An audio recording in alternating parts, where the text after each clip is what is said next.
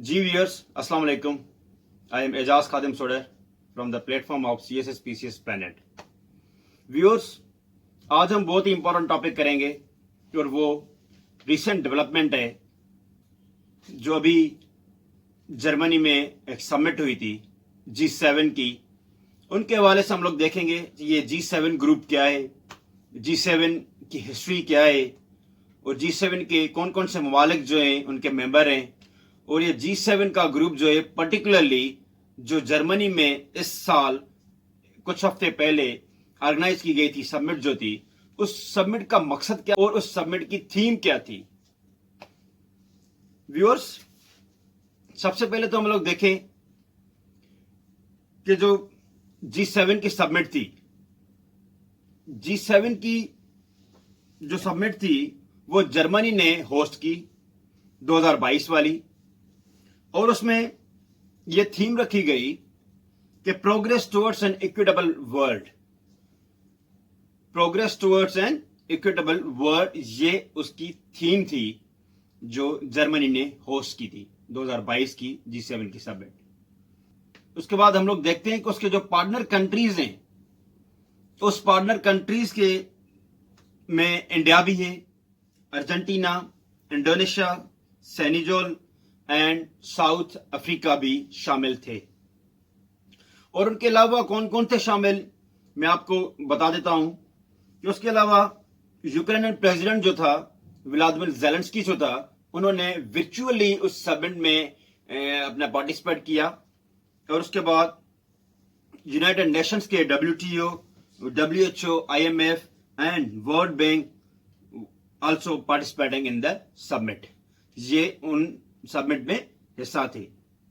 देखिए व्यूअर्स, ये जो समिट थी जो जर्मनी ने होस्ट की, इसमें सबसे बड़ा जो एजेंडा था इनका G7 ममालिक का, वो था the Russian war aggression against Ukrainian. सबसे बड़ा थीम ये था उनका। और उसके बाद जो प्रायोरिटी दी गई, क्लाइमेट प्रोटेक्शन को भी प्रेफरेंसेस दी गई और इंफ्रास्ट्रक्चर एंड इन्वेस्टमेंट को भी इन्होंने हाईलाइट कर दिया था। व्यूअर्स, हम लोग उसके बाद देखें तो ये सबसे पहले ये एक माइंड में बात आती है कि ये ग्रुप ऑफ 7 कंट्रीज आखिरकार हैं कौन से। इन G7 ग्रुप का जो इंपैक्ट है वो दुनिया की किस तरह एक फ्लोरिशिंग इकोनॉमी पे, फ्लोरिशिंग एटमॉस्फेयर पे एक असरो सरूख जो है वो रख देता है। तो उसके बाद व्यूअर्स, हम देखेंगे कि ये जो G7 का ग्रुप है, ये 1975 में इसकी फॉर्मेशन हुई थी। 1975 में ये ग्रुप बना था और ये एक इंडस्ट्रियलाइज्ड जो नेशंस थी, ये उनका ग्रुप है। उस वक्त जो 1975 की जो इंडस्ट्रियलाइज सबसे मेजर इंडस्ट्रियलाइज जो कंट्रीज थी, उन्होंने मिलकर ये ग्रुप बनाया था G7 के नाम से। इट मीन्स के group of 7 industrialised and highly influential countries. तो उन्होंने ये 1975 में बनाया था। और उसके मेंबर्स जो हैं, मैं आपको बता दूं कि Canada, France, Germany, Italy, Japan, UK and United states, ये उन G7 के जो हैं मेंबर्स हैं। मैं आपको बता दूं कि इस समिट में आपको रिप्रेजेंटेटिव्स में मुख्तलिफ ममालिक के मिलते हैं और मुख्तलिफ ममालिक भी एज अ गेस्ट के तौर पे उनमें शिरकत करते हैं। तो viewers, representatives of the European union जो थे always present at that time.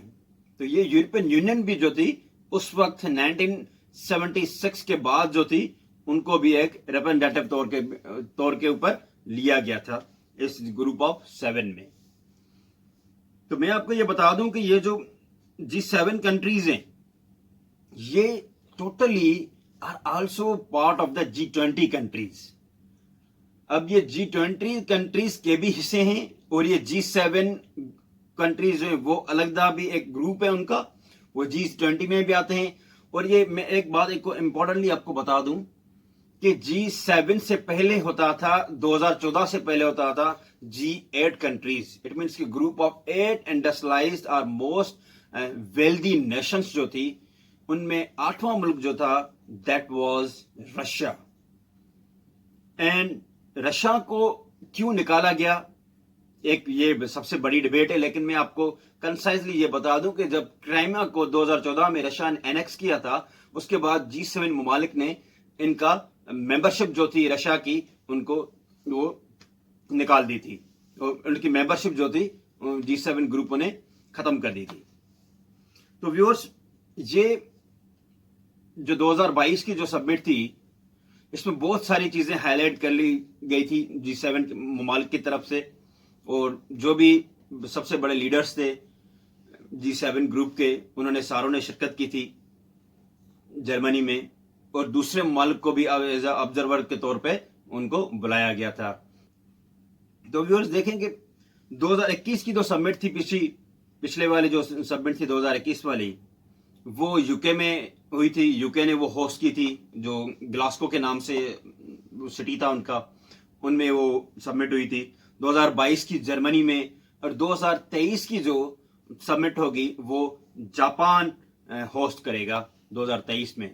میں آپ کو یہ چیز بتا دوں کہ یہ جو G7 کا گروپ ہے ان کی سبمٹ جو ہے ہر سال اینیولی کسی نہ کسی ملک میں یہ چینج کرتے رہتے ہیں اور کسی نہ کسی ملک کی سٹی میں جو ہے یہ منعقد کرتے ہیں.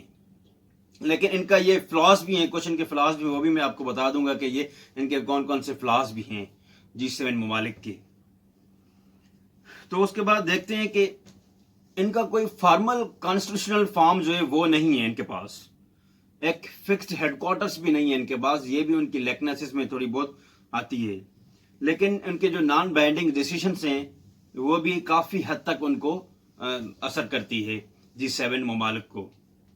تو ویورز میں آپ کو یہ بتا دوں کہ ان میں کافی طرح سے میجورٹی کے لیول پہ ایشوز بھی ہیں G7 ممالک میں, کیونکہ وہ گلوبل اکنامک گورننس کے حساب سے وہ اپنا ڈومیننٹ کریٹ کرتے ہیں, اور انٹرنیشنل اکنامک ایشوز جو تھے ان کو بھی ایک سیریسلی نہیں دیکھتے, اور ہیومن رائٹس وغیرہ کے اینڈ ایٹسٹرا ان چیزوں پہ جو ہے وہ اتنا زیادہ دھیان وہ نہیں دیتے, بلکہ وہ جب کلیم کرتے ہیں کہ ہم لوگ جو ہے اس چیزوں پہ بہت سارا دھیان وغیرہ دیتے ہیں. ہسٹری بتا دوں اس چیز کی کہ جو گروپ آف 7 کنٹریز جو ہیں یہ جو موسٹ انڈسٹریلائز اینڈ انفلوئنشل جو اسٹیٹس ہیں دنیا کی, ان کی پہلی جو سبمٹ ہوئی تھی وہ 1975 میں ہوئی تھی. سبمٹ جو تھی ان کی فرینچ پریزیڈنٹ جو تھا, فارمر پریزیڈنٹ جو تھا, انہوں نے اپنی شرکت کی تھی اور انہوں نے اس سبمٹ کی لانچنگ سرمنی میں بھی حصہ لیا تھا. تو میں ویورز یہ میں آپ کو بتا دوں کہ اس میں جو heads of state and government جو ہیں 6 ممالکوں کے کینیڈا کے علاوہ وہ فرانس میں تقریباً وہ ملتے جلتے ہیں, فرانس میں تقریباً اپنی جو ہے تقاریب وغیرہ کرتے رہتے ہیں وہاں پہ. 1976 میں جب کینیڈا نے ان کو جوائن کیا تھا تو اس وقت میں آپ کو یہ بتا دوں کہ اس وقت یہ گروپ آف 7 کنٹریز بن گئے تھے. 1975 میں جو تھا یہ گروپ آف 6 تھے ایکسپٹ دا کینیڈا.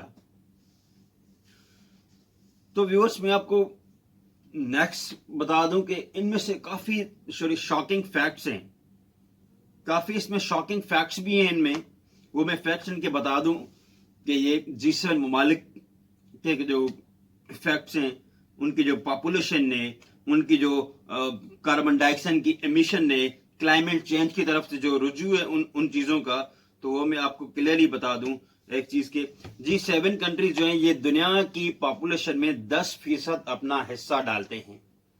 G7 ممالک جو ہیں تو 10% آف دا ورلڈ پاپولیشن جو ہوتی ہے وہ G7 ممالک میں سے ہی نکلتی ہے, ان کو ہی ہم لوگ کنسیڈر کرتے ہیں.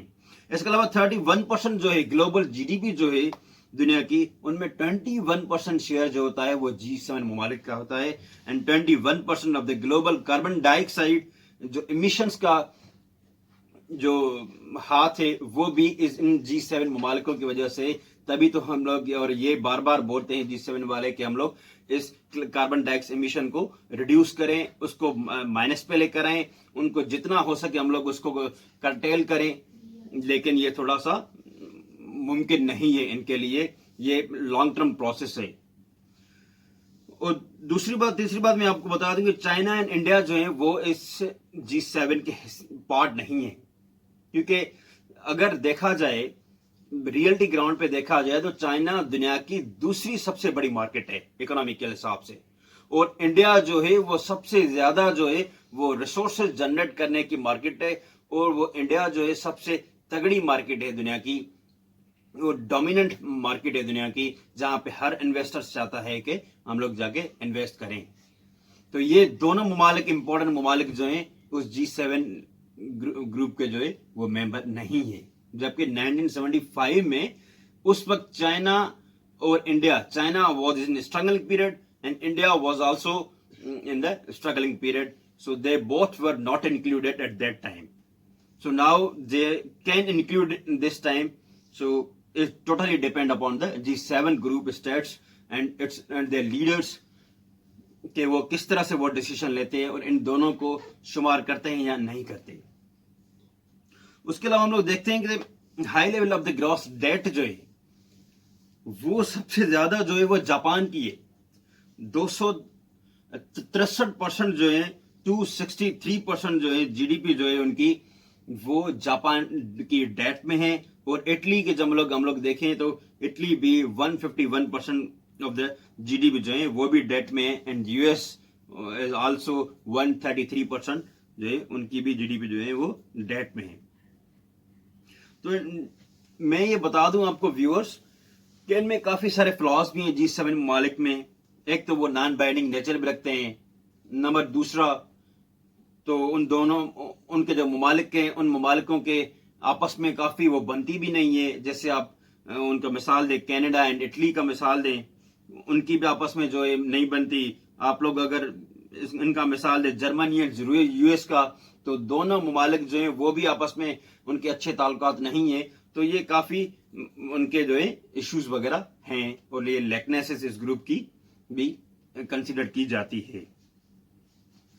लेकिन यह है कि इन G7 ममालिक का जो मानना है कि हम लोग सिर्फ सॉवरेन हैं, हम लोग सिर्फ सुपर पावर हैं, हम लोग सिर्फ पावरफुल स्टेट्स हैं, तभी हम लोग किसी ना किसी दूसरे ममालिक में जाके, किसी ना किसी दूसरे कंट्रीज में जाकर इंटरफेरेंस करें, उनमें जो है अपना इन्फ्लुएंस क्रिएट करें, तो and etcetera. So all these things are totally done by the this group G7 groups. Viewers, ये था थोड़ा बहुत ओवरव्यू इस G7 ग्रुप का। तो इंशाल्लाह मैं अगले लेक्चर में आपको एक डिटेल में बताऊंगा G20 कंट्रीज क्या है, G5 क्या है, D8 ममालिक कौन से होते हैं, और दूसरे ऐसे ऑर्गेनाइजेशनल जो टर्म्स हैं वो मैं आपको इंशाल्लाह ओपनली बता दूंगा, एंड अच्छी इस पर डिस्कस करेंगे हम लोग। तो एजाज खादिम सोडर को इजाजत दीजिए, मेरा चैनल आप सब्सक्राइब करें। Thank you so much.